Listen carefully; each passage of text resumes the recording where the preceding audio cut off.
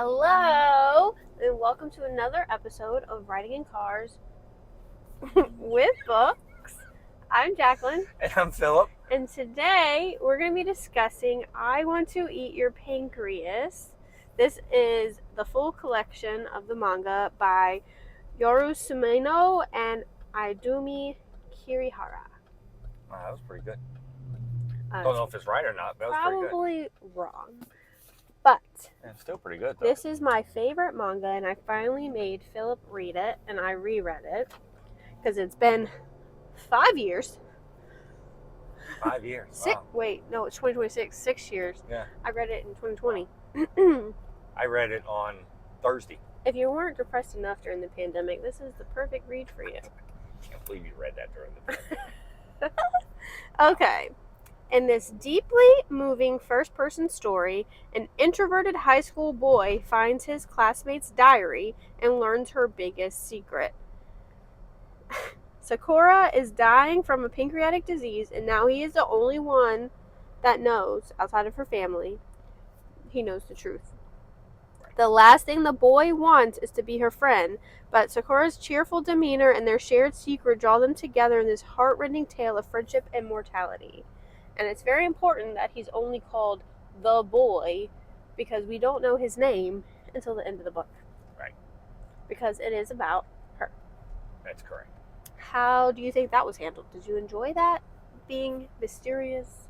It was an interesting thing and a way to handle it, but I was fine with it. Like, if I never knew his name, it would have been fine. But turns out you actually do learn his name. You just don't know you know his name. Correct. Which is funny. Right. In here. Right? In here, yeah. This is an adaptation of a... It's a light novel. Then novel. It was manga. It's been a movie. Yeah.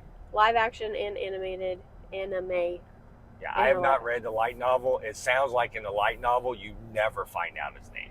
But at the very end, you find out his name. In the manga, yes. And this is what we're talking about. That's what we're talking about, yeah. Absolutely. Talking about this. I'm there. I'm all there, man. I'm all in. So, did you cry? Yes, absolutely I cried in this book. Me too. But I cry at everything, so that's not shocking. Like, you know what's going to happen. From the very beginning. From the very beginning. Like, the first 2 pages of the book tells you how everything ends. Yeah, because we're at the end at the beginning. But the ending of this book is still very emotional. Like, yeah. Very I emotional. mostly picked it up because of the title. The title is funny. I mean, manga right. infamously has funny titles, but I Want to Eat Your Pancreas is explained what that means. And basically, since we all know that she has a pancreatic disease, if you eat the body part of an animal, it'll help yours heal, basically. Right. And so one of the first things he says to her is, I want to eat your pancreas. And also one of the last. That's the first thing that she says to him. Yeah, one of the last thing he says to her is what I meant to say. Yeah, the last thing he says to her is that. The first thing she says to him is that. Yes. Yeah, one of the first things. Yeah. But if you saw a diary sitting, would you read it? Well, I don't think he knew it was a diary. Well, I think that was explained too. I think the diary here is kind of not necessarily a good word for this, because the way it was set up is she was actually writing a book. Yeah. It just happened to be her diary, but she was just writing a book about her journey going through all of this. And it was called Living with Dying. And it was called Living with Dying. So when he picked it up, he was just in a hospital. He was getting his pancreas checked. He had his appendix out. Oh my God. Didn't you just read this book? Yes. Okay. Words are hard. He just had his appendix out, and he was just waiting to get picked up. And this book was just sitting on the coffee table. So he picked it up. And then she came back to get it, and that's then how he started reading it. And at first, he thought it was just a book. Yeah. It turns out it was not. But they were in the same class, and then people basically start bullying them. Like, why are y'all talking so much? Are y'all dating? Like, everyone was so worried about their relationship. Well, because he was the guy. The introverted boy. He was the introvert. He wanted nothing to do with really anyone except for himself, and she was the one that everyone loved. She was chipper and outgoing, right. Complete opposites. They definitely hone that theme in, like, Yes. we are complete opposites. But deep down, really, she was struggling. Like, she's trying to make light of her disease. Right. And she has one best friend, and her best friend does not like him, which is really funny. Well, but that's also handled well too. I liked her though. Yeah, I really liked her. But she's like, because she was a what true are best your friend. intentions? Yeah, she was a true best friend. But yeah, everyone was so worried about if they were dating or not. And there was also like this mysterious, like, in the background you hear about this killer that they haven't caught. He's like at large. And then her ex-boyfriend was really creepy. So like there was all this other stuff going on. You're like, well, I mean, life still went on because people didn't know, other than her family and him, people didn't know she was dying. So she and wanted she only had a year to live. Yeah. And the reason that she was drawn to him is like he treated her like just a normal person, and they could have normal conversations about her dying, and it wasn't like a family upset or how her best friends would be or something like that. Yeah. They would have coddled her, and she didn't want that. And she didn't want that. And she wanted to go on these trips and do things. And so basically, I mean, and to be fair, she kind of forced him into a lot of things. But I think him really opening up to her was such great character development for him, and I love that. Well, there's a line from my favorite book of all time, which is Midnight Nation, and it fits well in here, is the fact that, am I here for you?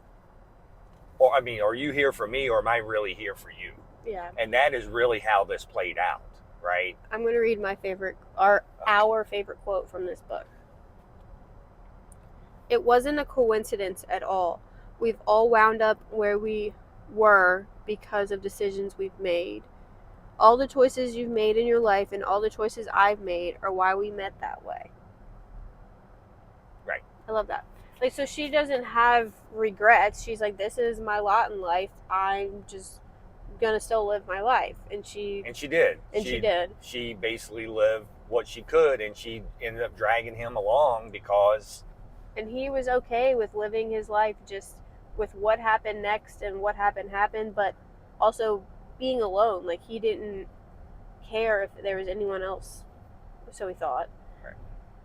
And he got a few, not just from her, but like even from, I'll just say his mom.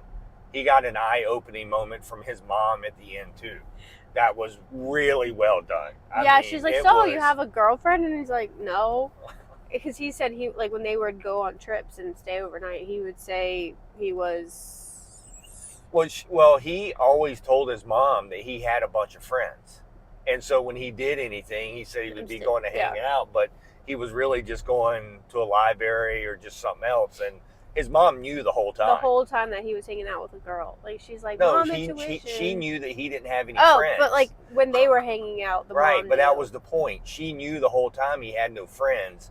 Now she was just happy that he had a friend, and it was eye-opening to him that the mom didn't care.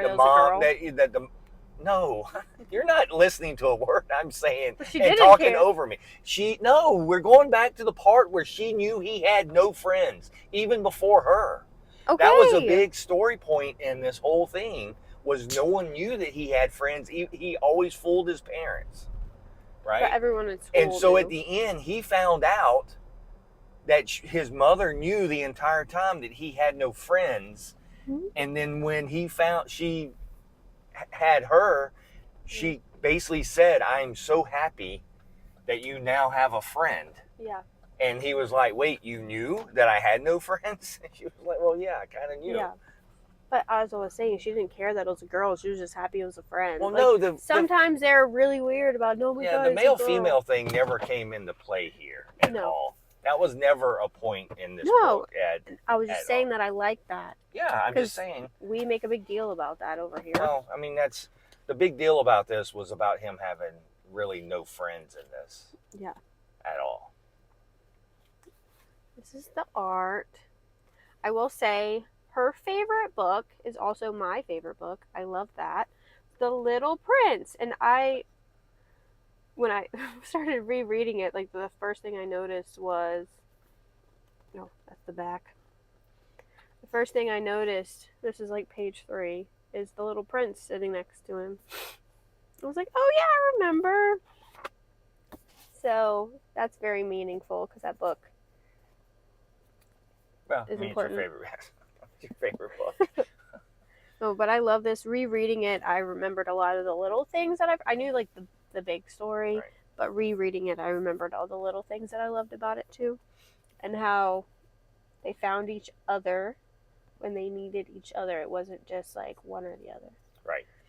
And I mean, there was always, like, she always tried to keep certain secrets, but try to be open with him at the same time. And sometimes she just couldn't do it.